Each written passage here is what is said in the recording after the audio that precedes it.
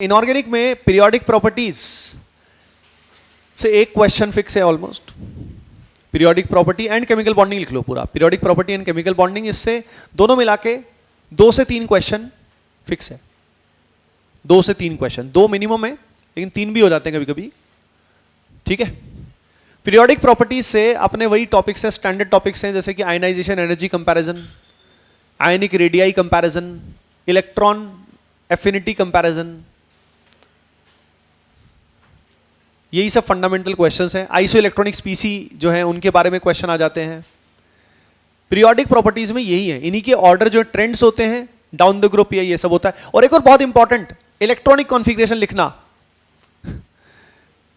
कोई भी आपको दे दिया और उसका इलेक्ट्रॉनिक कॉन्फ़िगरेशन बताओ, ये काफी कॉमन क्वेश्चन होता है, काफी कॉमन क्वेश्चन होता है।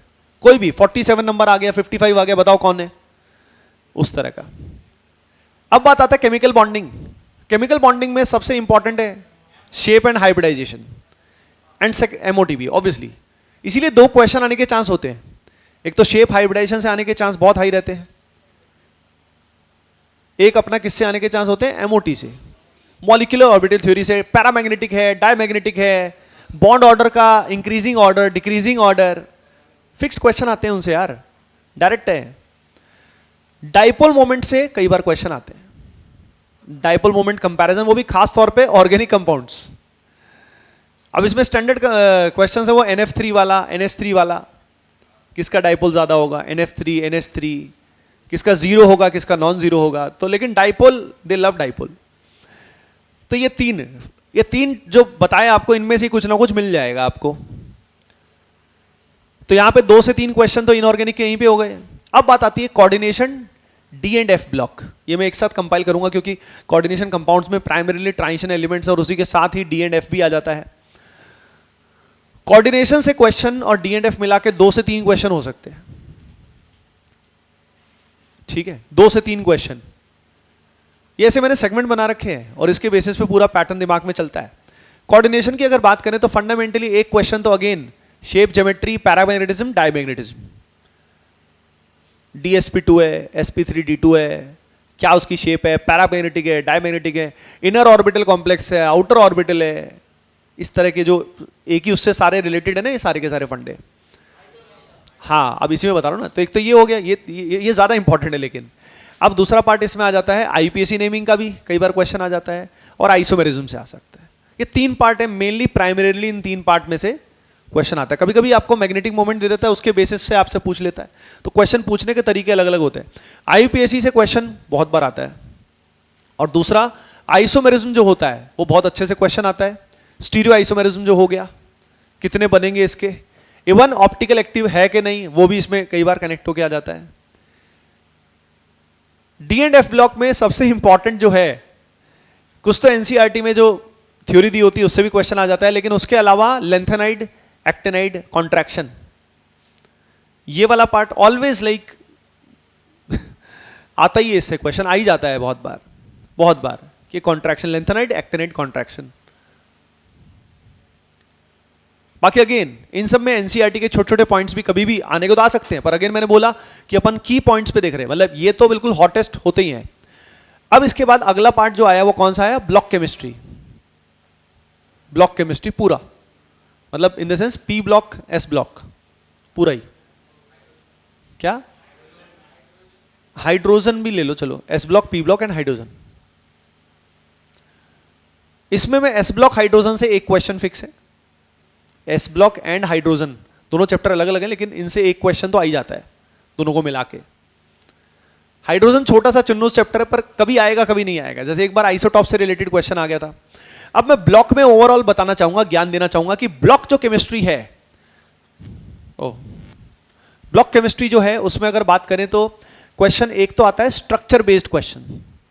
स्ट्रक्चर बेस्ड मतलब ऑक्सी एसिड्स वगैरह पे क्वेश्चन, कि बताओ कौन सा लिंकेज है भाई, PP लिंकेज है, POP लिंकेज है, परऑक्सी लिंकेज है, SS लिंकेज है, इस तरह के क्वेश्चन बनते हैं। तो अगर तुम्हें स्ट्रक्चर ड्रॉ करने आते हैं केमिकल बॉन्डिंग के थ्रू, तो यहां पे भी काम हो जाएगा। सेकेंड टाइप क्वेश्चन आता है रिएक्शन बेस्ड। रिएक्शन में अगेन मैं बोलता हूं, जैसे कि आपको कराया जाता है टाइप ऑफ रिएक्शन। अगर टाइप ऑफ रिएक्शन आपको आता है तो उससे रिएक्शन समझना आसान हो जाता है कि कब डिस्प्रपोर्शनेशन होगा, कब डिकम्पोजिशन होगा, तो रट्टा नहीं पड़ेगा, समझ में आ जाएगा कि कब क्या है। तो रिएक्शन वाला वैसे पार्ट सॉर्ट हो सकता है। रिएक्शन आ जाती है, रिएक्शन खास तौर पे मैं आपको बताता हूं, ये जो हेलोजेंस और इनर्ट गैसेस, इसका काफी आता है। हेलोजेंस एंड इनर्ट गैसेस, इनका रिएक्शंस काफी आते हैं, है ना, लास्ट में दिया जाता है ये।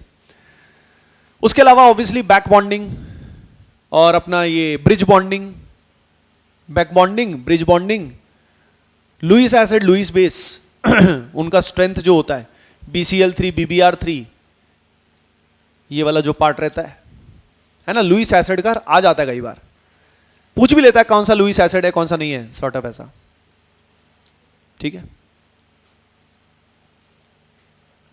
तो ब्लॉक केमिस्ट्री ऐसे डील हो जाती है। तीसरा पार्ट जो आता है वो बेसिकली क्या हो गया, थ्योरी यूजेस, इस तरह के कुछ कंपाउंड्स, वो सब।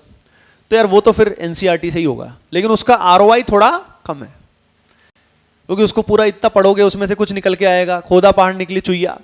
जैसे ऑर्गेनिक की बात करें तो ऑर्गेनिक में हर एनसीईआरटी के चैप्टर के बाद क्या आता है, चैप्टर के एंड में क्या आता है, कमर्शियल यूजेस। क्वेश्चन आने को उससे आ सकते हैं, लेकिन उसका आरओआई क्या होता है, कम।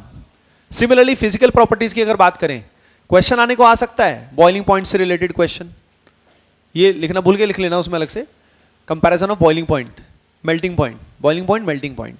थोड़ा सा आपको अंदाजा होना चाहिए कि ब्रांचिंग से बॉइलिंग पॉइंट पे क्या असर पड़ता है, मेल्टिंग पॉइंट पे क्या असर पड़ता है। तो इतना फिजिकल प्रॉपर्टीज में अपने को अंदाजा होना चाहिए। ये एनसीईआरटी में शुरू में दिया होता है, स्टार्टिंग में, बीच में सारा मसाला होता है, मेनली रिएक्शंस, प्रिपरेशन, शुरुआत में फिजिकल प्रॉपर्टी, लास्ट में कमर्शियल। लेकिन हाँ, इनका आरओआई थोड़ा कम है इन चीजों का। अब बात करते हैं अपना, अच्छा इसमें एक पार्ट है एनवायरमेंटल केमिस्ट्री और मेटलर्जी। मेटलर्जी की बात कर लेते हैं। मेटलर्जी से एक क्वेश्चन कभी आता है कभी नहीं आता है। इसमें एक क्वेश्चन जो आता है, या तो एक तो साइनाइड प्रोसेस खास तौर पे बहुत इंपॉर्टेंट है, साइनाइड मेथड, है ना, और उसके अलावा ये जो ओर्स है, किसका कौन सा ओर है, वैसे तो और तो प्रोसेस बहुत सारे हैं इसमें, लेकिन मैं कह रहा हूं ये दो हॉट टॉपिक है। अभी हॉट टॉपिक की बात हो रही ना, सारी बता दूंगा फिर क्या फायदा है ना। टुल्लू ऑनलाइन वाले बोलेंगे, एकदम से कमेंट करेंगे कि सर ये क्या हो गया, सारे के सारे बता दिए, है ना, सिलेबस ही बता दिया हाँ जी। अब इसके बाद कौन सा बचा अपना, हाँ अच्छा, वो कौन सा अपना एक डायग्राम होता है ना, एलिंगम डायग्राम, उससे भी कभी कभी मतलब आने के चांस होते हैं, लेकिन प्राइमरीली मैंने बताया इन दो से एलिंगम कहीं को समझ में नहीं आता है तो उससे दिक्कत आती है ना, क्योंकि लेकिन वैसे एलिंगम पे ही काफी कुछ बेस्ड होता है, ओवरऑल फंडा मेन थ्योरी उसी से ही है। हाँ, ब्लॉक केमिस्ट्री से क्वेश्चन वही 3 करीब 2 से 3 क्वेश्चन टाइप्स है ना। तो ये हो गया अपना पूरा का पूरा। एनवायरमेंटल का मैं बता रहा था, कभी एक आएगा कभी एक नहीं आएगा। उसमें बहुत दिनों से ट्रेंडिंग चल रहा था एक क्वेश्चन उसका, पानी के अंदर, ड्रिंकिंग वाटर के अंदर फ्लोराइड वगैरह का कॉन्सेंट्रेशन कितना हो सकता है।